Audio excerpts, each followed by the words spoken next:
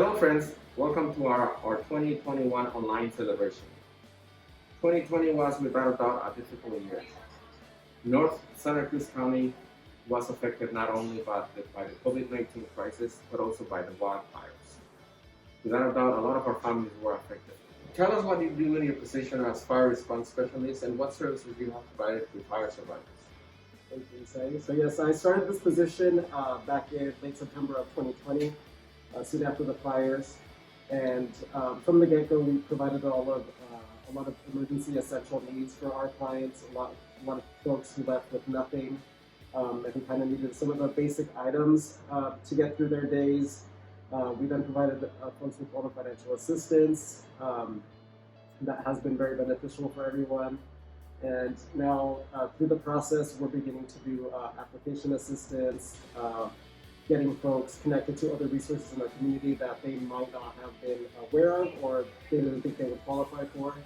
And as we continue through the rebuilding process, we are going to continue to be here for everybody that was affected. Thank you, Alejandro. Without a doubt, important work. The second question I have for you is if you can share some challenges or successes that you have witnessed for some of our clients that are fire survivors. So as you mentioned before, we were facing, both of these crises simultaneously, both COVID and the fire. And with that, it was challenging at first to get folks connected virtually to other resources, being that they were, out of service area or didn't have easy access to technology. That's where our center came in, and we were able to provide folks with the Wi-Fi that we have here at our center, and just get them through that other barrier that they were facing. But one of the successes I would say is I've seen, especially from folks in the community of Last Chance, is that it's a very tight-knit group, and a lot of the people there rely on one another to get support. If one person finds out about a resource, then they go and tell their neighbors and their friends to kind of help each other out through this crisis. Yes. Thank you, Alejandro. Ahora te tengo una pregunta en español. ¿Pudieras compartir con nosotros alguna historia que te acuerdas o algún caso en específico de alguna persona que a pesar de todas las adversidades en el 2020 pudo salir adelante o pudo completar formas o recibir algunos servicios específicos de nuestro centro?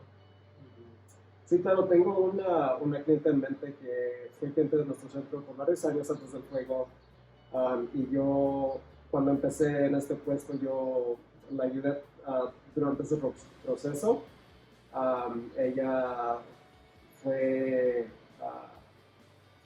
recibió ayuda por CalFresh, otros recursos de la comunidad, para ayudarla durante esos tiempos, y tengo el placer de decir que ella ya está a punto de recibir su permiso para poder reconstruir su casa, que fue quemada en el incendio, y ojalá podamos continuar esos servicios para los demás clientes y a todos los que fueron afectados. Claro que sí, es una muy bonita historia y hemos visto algunos clientes, como dices, que a pesar de las adversidades han podido rehacer un poquito su vida. Gracias. La última pregunta que tengo para ti, Alejandro, es si alguien que nos está viendo tiene alguna pregunta para ti o quiere saber si califican para alguno de los servicios que ofrecemos aquí en el centro, ¿cómo te pueden contactar? Claro, cualquier persona me puede contactar por teléfono. Estamos aquí en el centro, yo estoy aquí en el centro de lunes a jueves, de 10 a 6 de la tarde, y me pueden contactar a nuestro número de teléfono, que es 831-425-8115. Y también estoy disponible en persona para hacer citas. Tenemos un área de afuera para poder conectarnos y platicar sobre todos los servicios que ofrecemos aquí en el centro. Claro, muchas gracias, Alejandro.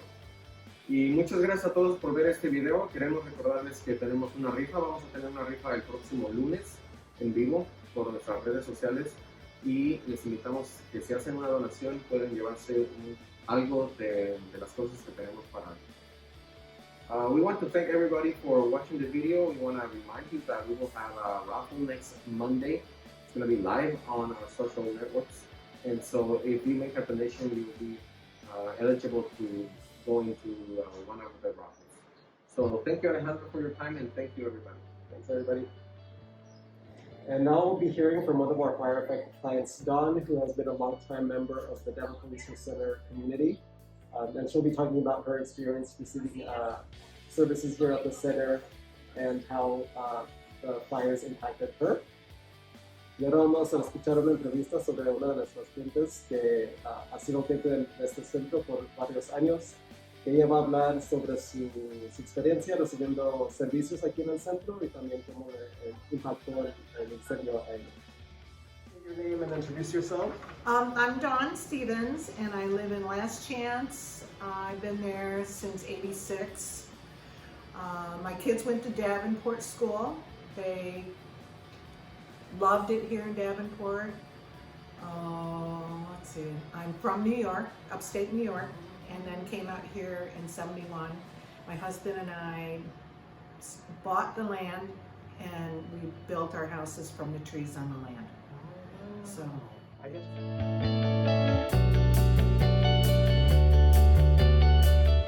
When my kids were in school, I mean, you had programs for the kids and presents at Christmas time for them. Everyone would draw a name and they would get a gift. And some of the like Christmas things, one year I think it was someone borrowed a mule and they used the kids from the school to do the Joseph and Mary. It was really sweet, and the wise men, and it was very cute.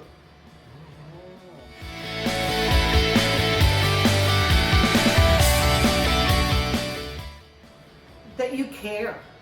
I mean, you really, really care. I see it every time I walk in.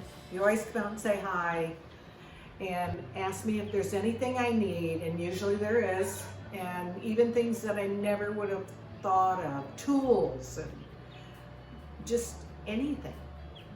You've been there. And tarps, essentials. Yeah. You know, after a fire, you need those essentials. It's like a raincoat, you know, those tarps are pretty nice.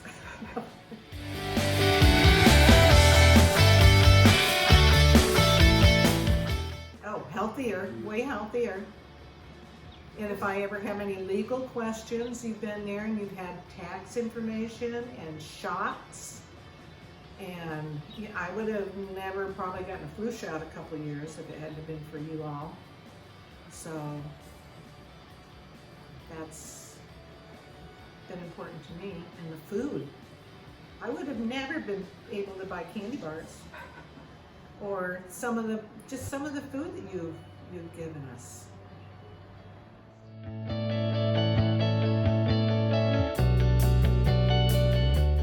I love senior potluck. I love it, and that's when I first started coming, actually, for the long haul now. It was about a year and a half ago, maybe 2 years. One of my friends said, you should go to the senior potluck. They're having one, and I went, and I brought my mom, and we had a wonderful time. The food was great. Everyone brought a dish to pass.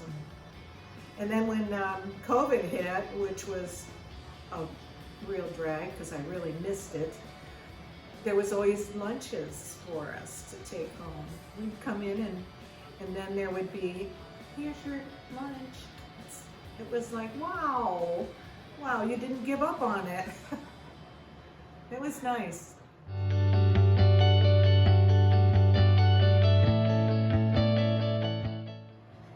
Amazing is the clothes, too. I mean, I had nothing. I took off with a laundry basket full of clothes that I just dumped in a suitcase, which had no bearing on what I would need, like a king-size sheet. What am I going to do with that? And you had clothes, a sweatshirt and pants and underwear and coats. I mean, that is huge. I mean, people don't even really probably think about that, but when you have nothing, it was really a treat. Like, oh, look at this, what a find. So I really appreciate that too. Oh my gosh, the boots you gave me for the rains, they really didn't come, but they were very helpful, very. Love it all. Yeah.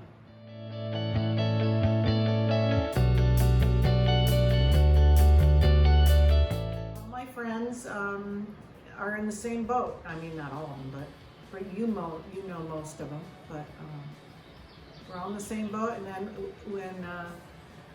when one person would go and they'd say, oh, they have shovels, and the word would get around, and they call me and they'd say, go get some shovels.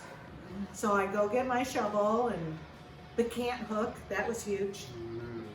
Because us old girls, you know, it's not easy grunting those logs around.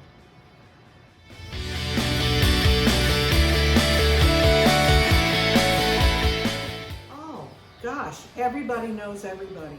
When we were building our house, it would be like a barn raising. Any kind of huge beams, the word would get out, and we'd set a date, and we'd have lunch, and neighbors would come and they'd help us lift the beams, and that was way back in the 80s. So, I mean, that's, you don't hear that. And we'd have meetings once a year. We'd elect road managers and officials for our community.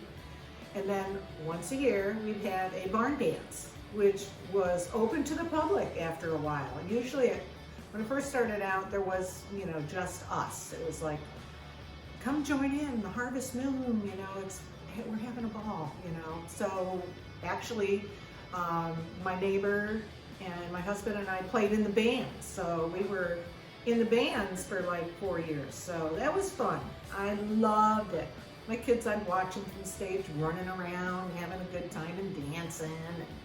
It was really awesome. The people are wonderful. We have our own politics, for sure, that don't even have any bearing on anything, you know, outside of Last Chance. So we all stick together when it comes down to, you know, the facts. We're all there.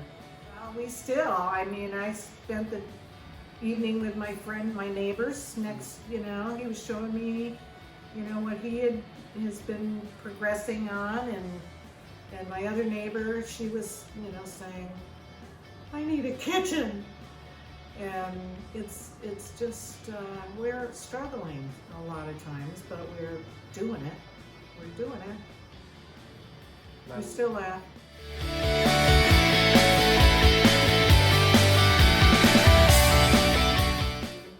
Just thank you so much. That's enough. I'll start crying.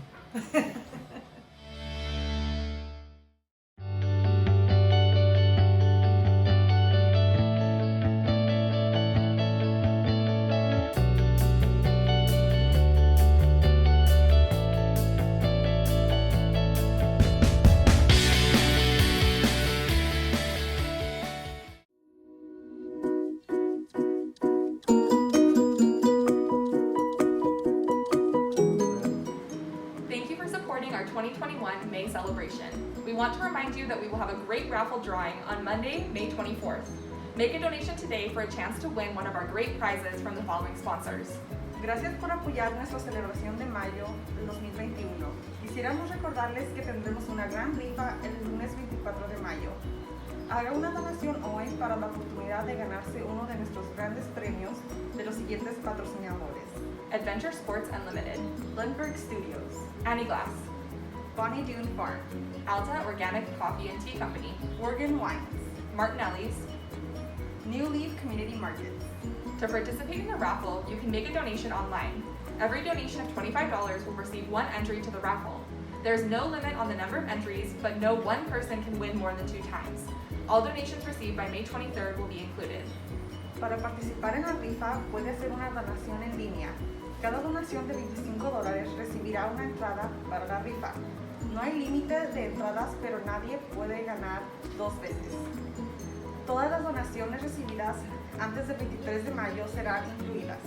To make your donation, go to cabinc.org, written CABINC.org, and find the yellow button at the bottom of the screen.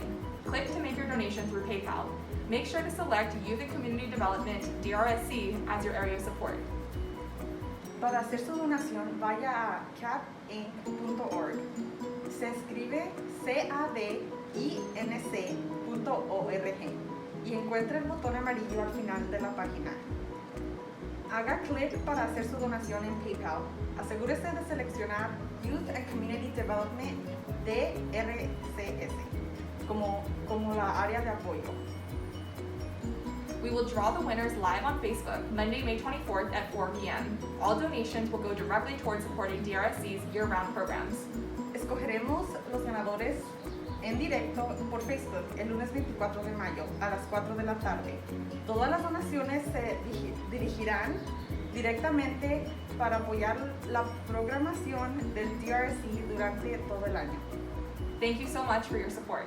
Gracias por su apoyo.